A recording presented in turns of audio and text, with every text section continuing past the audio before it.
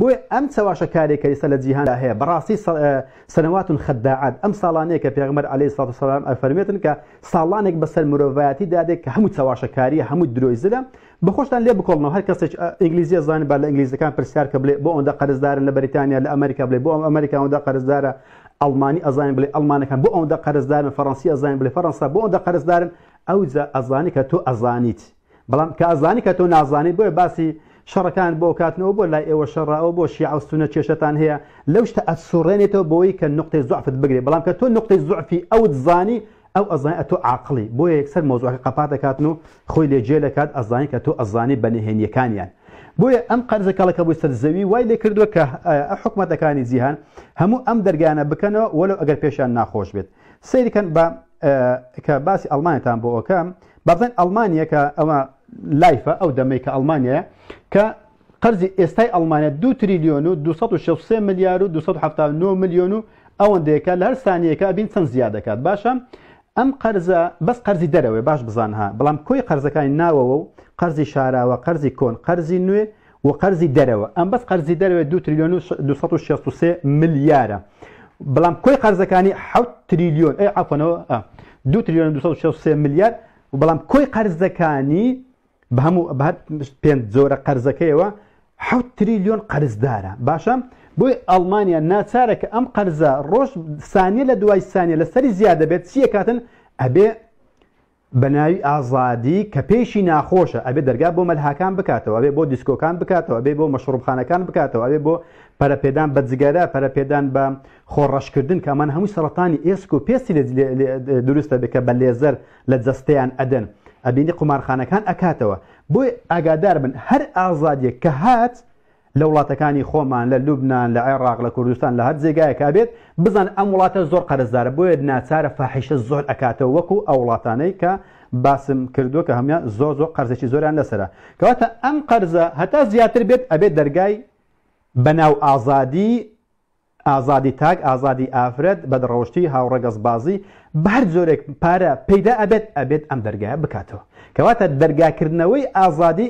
نیشانەی دانەوەی قەرزەکەیە یاخود سوککردنی قەرزەکەیە بە سەیرکە ئەم یەکێک لەو دەرگایانەی کە باسم کردووە بۆ نمونە لە دەرسی ڕابرد و باسی چما کرد باسی قومارخانەکانمان کرد کە ئەڵمانیا قومارخانەیەکی یەکجار زۆری لێ وەکو وڵاتەکانی سوید و فینلەندا و نەرویج و کوردستان و عێراق و ئەمریکا و هەموو جیهان ئێستا پڕ بۆ لە قومار بۆ چونکە جیهان پڕ بۆ لە قەرز ئەم ڕیبایی کە خوای گەورە هەڕەشەی لێ کردووە بۆی کە ئێمە بە هیچ شێوەیەکە نزیکی نەکەوین بۆ ئێستا ئامۆژگارەکانی ئاسمان بەلاوەندراوە بۆ ئێستاکە هەموو جیهان لەسەر شەریعەتی دەجالە دەجالیشی چییە ڕیبا بدە بە گەلان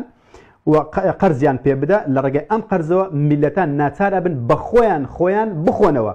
بەدەستی خۆیان لە ناو ببن سەیریکە ئەمە ئەڵمانیایە بۆ نمونە دەرسی ڕابرد باسی قومارخانەمان کرد ئێستا ئەمڕۆ باسی چیەکەین کە حکوومەتی ئەڵمانی ناچار بکە ئەم دەرگانە بکاتەوە ئێستا باسی یاری گرەو چیە ئەو گرەوەی کە با بڵێن لە ئینتیخاباتەکانە کام حیزب ئەباتەوە تۆڵێ ئەم حیزب ئاباتەوە تۆڵێ ئەم حیزب ئاباتەوە تێشتری ئەم حیزب ئاباتەوە ئیتر ئەم ئەنووسن و پارێک دائەنێن و ئەگەر ئەم حیزبە بردی و کابرا بردی و ئەگەر دۆڕادی ئەوە ئەدۆڕێنێتن و بەم شێوە یاخود دوو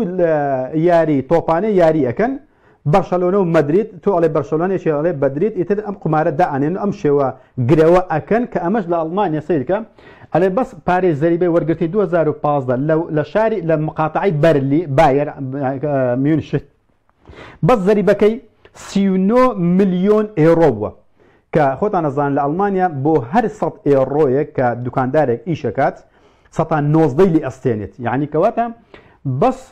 لە یەک ساڵە 39 ملیۆنی دەستکەوتووە تەنها یەک مقاتعە